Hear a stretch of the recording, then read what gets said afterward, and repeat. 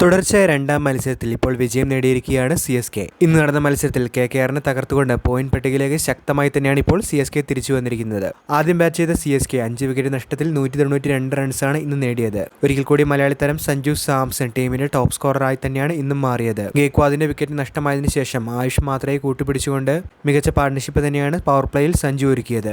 മാത്രയെ പുറത്തായതിനു ശേഷം ഡെവാൾ ബ്രേവിസിനെ കൂട്ടുപിടിച്ചുകൊണ്ട് ടീമിനെ മികച്ച സ്കോറിംഗിലേക്ക് തന്നെയാണ് സഞ്ജു നയിച്ചത്. അർഹിച്ച ഹാഫ് സെഞ്ചുറിക്ക് വെറും 2 റൺസ് അകലെ കാർത്തിക് ത്യാഗിയുടെ പന്തിലാണ് സഞ്ജു ഇന്ന് ബൗൾഡായത്. ശേഷം സർഫറാസ് ഖാനും ദുബൈയും ടീം ടോട്ടൽ മികച്ച രീതിയിൽ മുൻപോട്ട് കൊണ്ടുപോയെങ്കിലും 200-ന് 8 റൺസ് അകലെ 192-ൽ CSKയുടെ പോരാട്ടം അവസാനിപ്പിക്കുകയായിരുന്നു. പ്രത്യേകിച്ച് അവസാന ഓവറുകളിൽ ഫസ്റ്റ് ഇന്നിംഗ്സിൽ മികച്ച ബൗളിംഗ് പ്രകടനമാണ് KKR എന്ന് പുറത്തെടുത്തത്. ഇതുതന്നെയാണ് CSK ഇന്ന് 200-നുള്ളിൽ കൊൽക്കത്തയ്ക്ക് ഒതുക്കാനായി സഹായിച്ചത്. മറുപടി ബാറ്റിംഗിൽ കൃത്യമായ ഇടവേളകളിൽ തന്നെ CSK വിക്കറ്റുകൾ സ്വന്തമാക്കിക്കൊണ്ടിരുന്നു. ആദ്യം അലന്റെ വിക്കറ്റ് നഷ്ടമായതിനു ശേഷം അക്രമശൈലിയുമായി ബാറ്റിംഗിൽ കളം നിറഞ്ഞ സുനിൽ നരൈന്റെ വിക്കറ്റാണ് 5-ാം ഓവറിൽ കൊൽക്കത്തയ്ക്ക് നഷ്ടമായത്. പാർട്ണർഷിപ്പ് ബിൽഡ് ചെയ്ത് കളിച്ച രഹാനെ രഘുവംശി സഖ്യത്തിനെയും അപകടകാരികളായ റിങ്കു സിംഗിന്റെയും ക്രിസ് ഗ്രീന്റെയും വിക്കറ്റുകൾ നൂർ അഹമ്മദ് നേടിയത് തന്നെയാണ് കളിയിലെ വഴിത്തിരിവായി മാറിയത്. പ്രത്യേകിച്ച് രഹാനെയും ഗ്രീനും പുറത്തായ ഒരു ഓവർ തന്നെ കളി CSKക്ക് അനുകൂലമാക്കി മാറ്റിയെന്ന് വേണമെങ്കിൽ പറയാം. റോമാൻ പൗലും രമൺദീപ് സിംഗും പൊരുതി നോക്കിയെങ്കിലും വിജയലക്ഷ്യം കൈയെത്തിപ്പിടിക്കാവുന്നതിലും അപ്പുറത്തായപ്പോൾ സീസണിലെ 2ാം വിജയമാണ് ഇപ്പോൾ CSK സ്വന്തമാക്കിയിരിക്കുന്നത്.